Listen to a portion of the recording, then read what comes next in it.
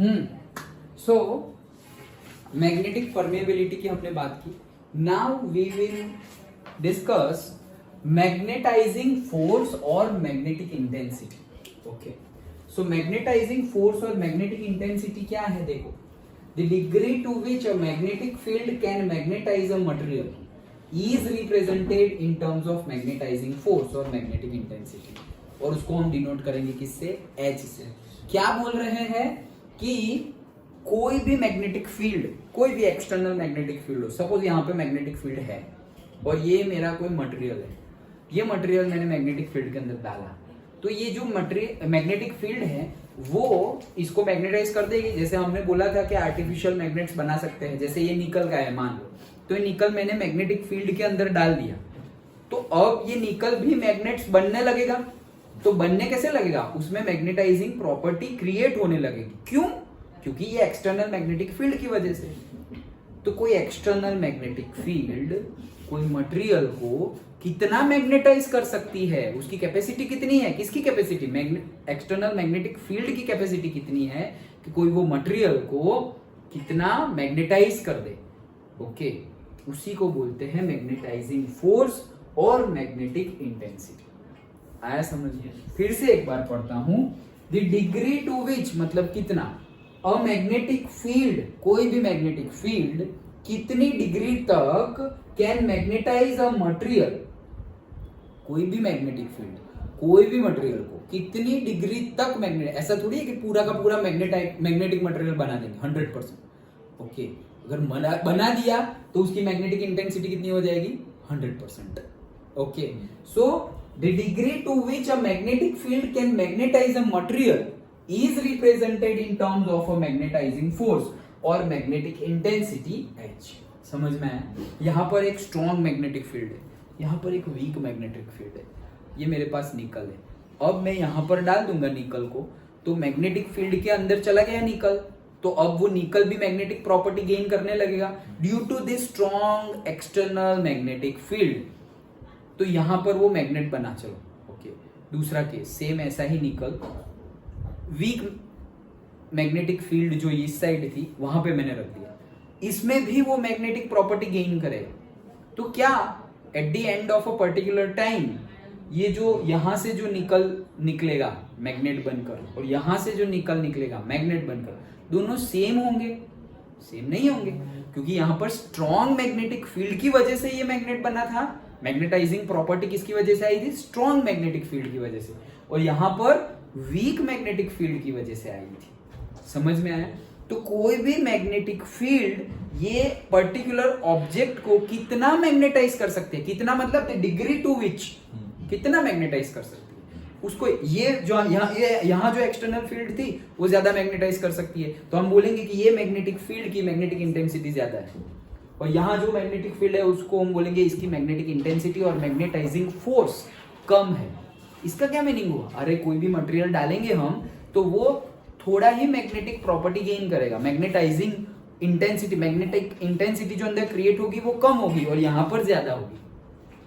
Simple, समझ में आ गया? तो उसको हम it is represented bye H. उसको हम मैग्नेटिक इंटेंसिटी को कैसे रिप्रेजेंट करते हैं? कैपिटल H से. और से मैग्नेटिक फोर्स भी बोलेंगे हम, मैग्नेटाइजिंग फोर्स और से मैग्नेटिक इंटेंसिटी. ओके, नाउ अगर एक्सटर्नल मैग्नेटिक फील्ड जो है हमारी वो B नॉट है और टोटल मैग्नेटिक फील्ड B है. Okay, so magnetic intensity H कितनी हो जाएगी? H मैग्नेटिक इंटेंसिटी H कितनी हो जाएगी? External magnetic field divided by mu naught, मतलब permeability of free space, magnetic permeability of free space.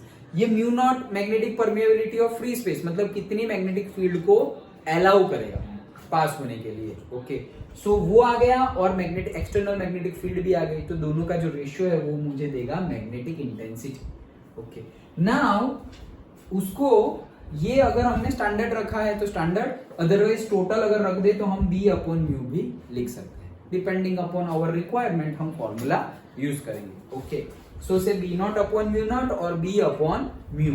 Okay, ऐसा यूनिट क्या है, मैग्नेटिक इंटेंसिटी और मैग्नेटाइजिंग फोर्स का ऐसा यूनिट क्या है, ऑब्वियसली यहां पर भी, यहां से भी तुम देख सकते हो, और डायरेक्टली से ampere per metre, cancel out होके क्या हो जाएगा, ampere per metre. Okay, now अब हम और आगे पढ़ते हैं क्या, मैग्नेटाइजेशन इंटेंसिटी। देखो सब में थोड़ा थोड़ा डिफरेंस है। अभी हमने क्या पढ़ा, अभी हमने पढ़ा मैग्नेटाइजिंग फोर्स और क्या बोल सकते हैं उसको, मैग्नेटिक इंटेंसिटी। मैग्नेटाइजिंग फोर्स और मैग्नेटिक इंटेंसिटी, जिसको हम कैपिटल H से डिनोट किया। डन। मैग्नेटिक इंटेंसिटी और यहां पे क्या है, मैग्नेटाइजेशन इंटेंसिटी। अरे magnetic intensity and magnetization intensity अलग अलग हो गया ना। वो मैग्नेटिक इंटेंसिटी तो ही वो क्या था, कैपिटल H, और मैग्नेटाइजेशन इंटेंसिटी वो क्या है, कैपिटल I। दोनों में डिफरेंस क्या है, वो क्या था वो तो समझ में आ गया। कोई भी फील्ड, कोई भी ऑब्जेक्ट को कितने लेवल तक, degree to which it can magnetize a material, okay, that is known as the magnetic intensity और मैग्नेटाइजेशन फोर्स।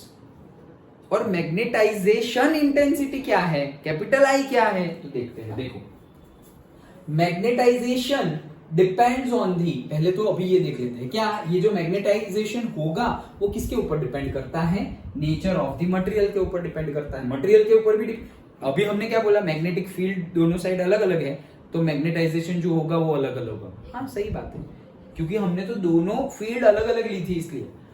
लेकिन मटेरियल के ऊपर भी डिपेंड है। मान लो यहां पर भी स्ट्रॉन्ग मैग्नेटिक फील्ड, यहां पर भी स्ट्रॉन्ग मैग्नेटिक फील्ड, एक साइड मैंने आयरन लगाया हुआ है और एक साइड निकल लगाया हुआ है, तो भले ही दोनों सेम वैल्यू की मैग्नेटिक फील्ड हो, लेकिन मटेरियल अलग अलग ले लिया तब भी मैग्नेटाइजेशन डिफरेंट डिफरेंट होगा। सिंपल है। ओके, तो वही चीज बता रहे हैं, it depends on the nature of material, it represents the extent to which material is magnetized. Okay, कि मटेरियल कितना मैग्नेटाइज होगा वो ये बता रहा है। Okay, now it is represented by capital I। जितना मैग्नेटाइजेशन इंटेंसिटी कैपिटल I ज्यादा होगा, उतने ही मोर मैग्नेटाइजेशन ऑफ द मटेरियल होगा, मतलब मैग्नेटाइजेशन उसका और ज्यादा होगा। समझ में आया? तो कैपिटल H मैग्नेटिक इंटेंसिटी वो क्या कि कौन कौन पोजेस करता है, मैग्नेटिक फील्ड। कोई मैग्नेटिक फील्ड कोई भी ऑब्जेक्ट को कितने डिग्री तक मैग्नेटाइज कर सकता है, उसको हमने बोला था कैपिटल H, जिसको हमने बोला मैग्नेटिक इंटेंसिटी। और यहां हम बोल रहे हैं कि मैग्नेटाइजेशन इंटेंसिटी क्या है, तो भाई इट कोई भी ऑब्जेक्ट एक्सटर्नल मैग्नेटिक फील्ड में जब आएगा तो मैग्नेटाइजेशन फोर्स उसके ऊपर लगेगा। तो वो कितना मैग्नेटाइज हो सकता है एक्सटर्नल मैग्नेटिक फील्ड में आके, वो कितना मैग्नेटाइज हो सकता है, वो उसके नेचर पे भी डिपेंड करता है। जो मटेरियल है उसके नेचर के ऊपर भी डिपेंड करता है। तो वो जो कोई मटेरियल जैसे है, जैसे अभी मैंने बताया दोनों जगह सेम मैग्नेटिक फील्ड है, पहले हमने क्या बोला मैग्नेटिक इंटेंसिटी, तो उसमें हमने दोनों जगह डिफरेंट डिफरेंट मैग्नेटिक फील्ड ली, स्ट्रॉन्ग एंड वीक। लेकिन मटेरियल सेम लिया था, निकल एंड निकल, फिर भी जो मैग्नेटाइज हुआ निकल वो डिफरेंट हुआ। क्यों? यहाँ पे स्ट्रॉन्ग था, यहाँ पे वीक था। तो ये प्रॉपर्टी क्या कहलाएगी, मैग्नेटिक इंटेंसिटी। और ये अब देख रहे हैं मैग्नेटाइजेशन इंटेंसिटी। तो मैग्नेटाइजेशन इंटेंसिटी में हम बोल रहे हैं, बार बार इसलिए रिपीट कर रहा हूं क्योंकि सेम जैसा है, मिक्स ना हो जाए इसलिए। ओके, अब हम ये बोल रहे हैं कि मैग्नेटिक फील्ड सेम है, same, okay, direction same, value same, सब कुछ सेम है, लेकिन मटेरियल अलग अलग है।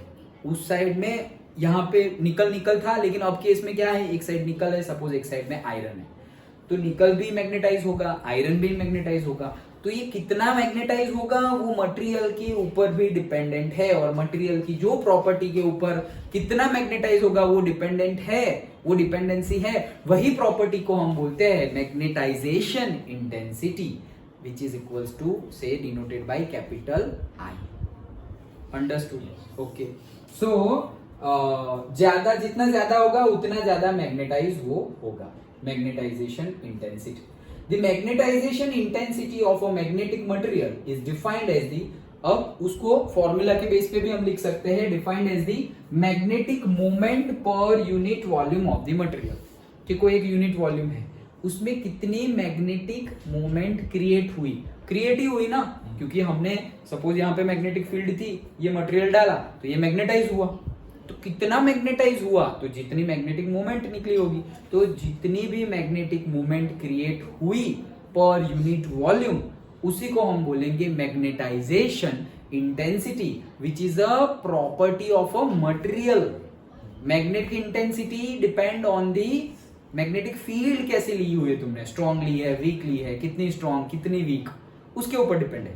मैग्नेटिक इंटेंसिटी कोई भी मटेरियल को कोई मैग्नेटिक फील्ड कहां से कौन से लेवल तक मैग्नेटाइज कर सकती है वो बता रही है, और मैग्नेटाइजेशन इंटेंसिटी क्या बता रही है, कोई भी मटेरियल कौन से लेवल तक, दोनों ही है, रिवर्सिबल है, समझ रहे हो। जैसे कि हम वो दो वर्ड पढ़ रहे थे, कौन से, कंडक्टिविटी एंड रेजिस्टिविटी, ऐसा पढ़ रहे थे। तो कंडक्टिविटी मतलब जितनी भी एबिलिटी हो कि जितना ज्यादा पास होने दे, और रेजिस्टिविटी मतलब वही एबिलिटी के पास ना होने दे समझ में आया। तो उसके जैसा ही है, लेकिन एक में मैग्नेटिक फील्ड की प्रॉपर्टी की बात कर रहे हैं और दूसरे में मटेरियल की प्रॉपर्टी की बात कर रहे हैं।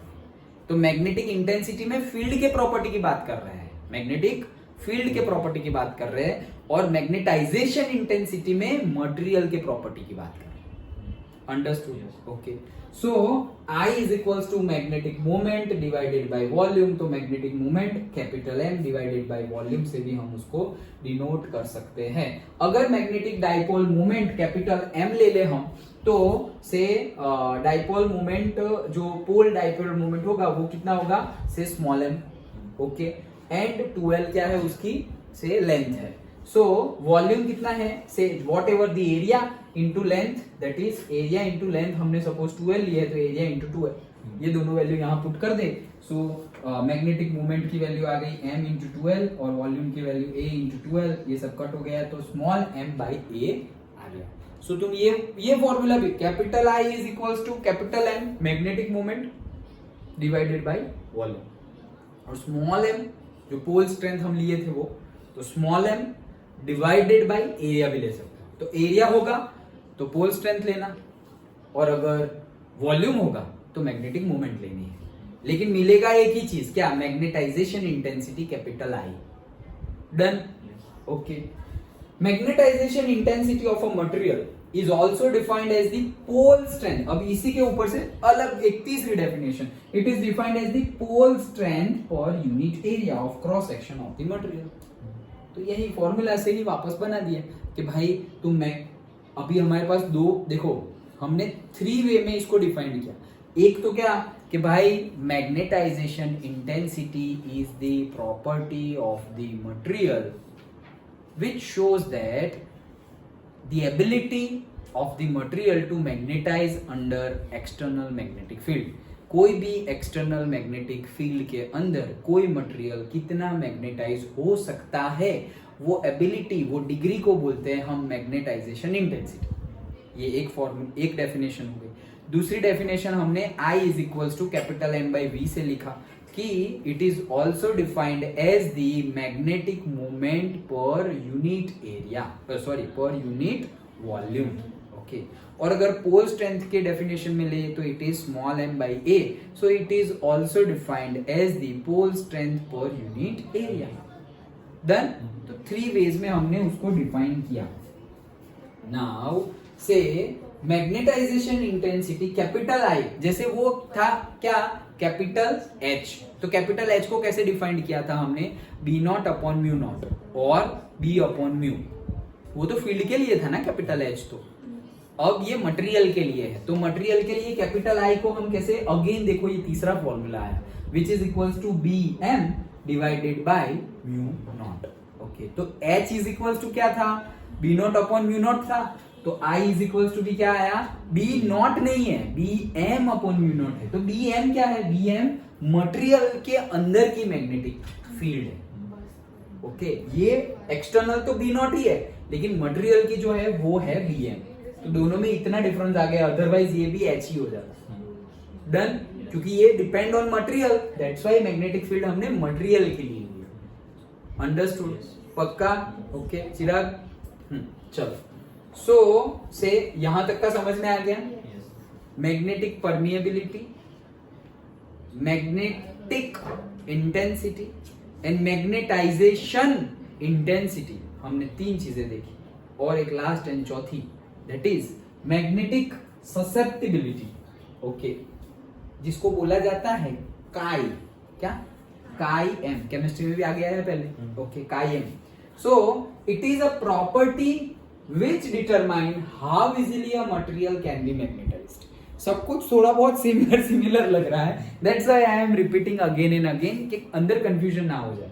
ओके, ये क्या है कि ये भी प्रॉपर्टी है, कितना इजीली हो सकेगा। जैसे कि कोई मटेरियल है, तो अभी मैंने मैग्नेटिक फील्ड थी, उसमें मटेरियल डाल दिया, मैग्नेटाइज हो गया, लेकिन कितना इजीली हो जाएगा और कितना इजीली नहीं होगा, वही जो बताता है वही है काइएम।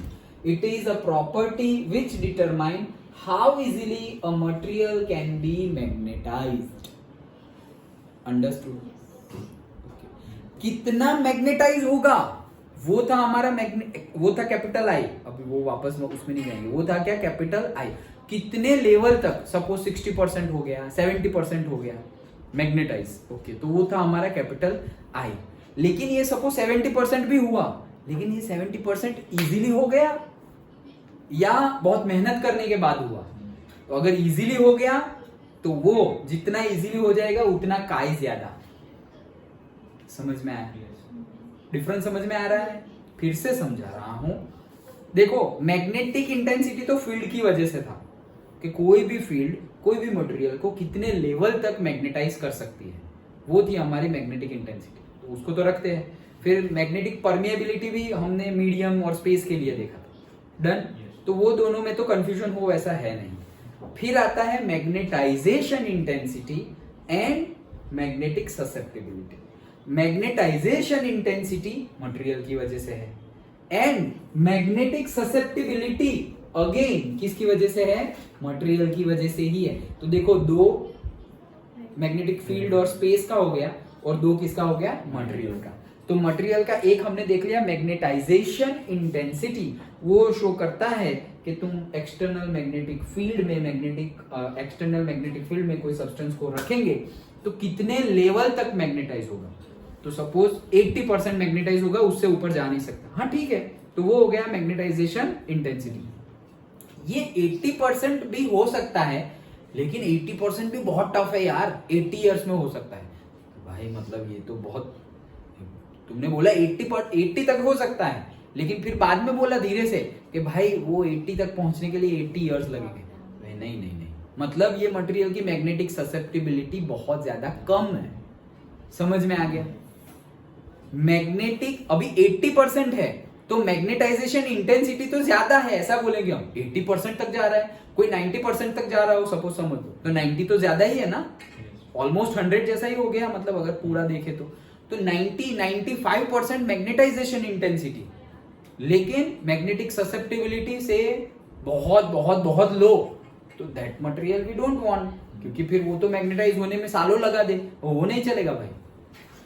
तो भले ही थोड़ी एफिशिएंसी कम दे, तो 90% तक मैग्नेटाइज मत होना, 60% तक हो जा, लेकिन 1 ही मिनट में हो जा, लाइक दैट। अंडरस्टूड? तो कितना इजीली, कितना देर से मैग्नेटाइज हो रहा है, इजीली और से टफ। ओके, तो वो है मैग्नेटाइजेशन ससेप्टिबिलिटी। समझ में आ गया? वो डेफिनेशन वो सब रट लोगे, अंदर कंफ्यूजन नहीं होना चाहिए। समझ में आ गया? ओके, चलो। So it is the property which determine how easily a material can be magnetized. More magnetic susceptibility, more easy to magnetize. Okay. Susceptibility of a magnetic material is defined as the ratio of the intensity of magnetization capital I induced in the material to the magnetizing force H applied on it. तो भाई I divided by H. Chi m is equals to what? I divided by H. उसी से definition, दूसरी definition मिल गई. Okay. The magnetic susceptibility is represented by chi m. Okay. So xm is equals to I by H.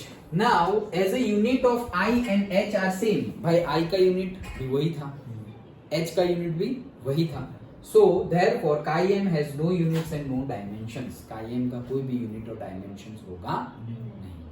उनका क्या होगा, उनका तो पता ही था हमें, एम्पियर मीटर होता है, ampere per metre metre. Done, okay वो था पक्का, श्योर, ओके। तो ये चार चीजें हमें पढ़नी थी, कौन कौन सी, magnetic permeability, magnetic intensity, magnetization intensity and magnetic susceptibility. Understood, पक्का समझ में आ गया, ओके।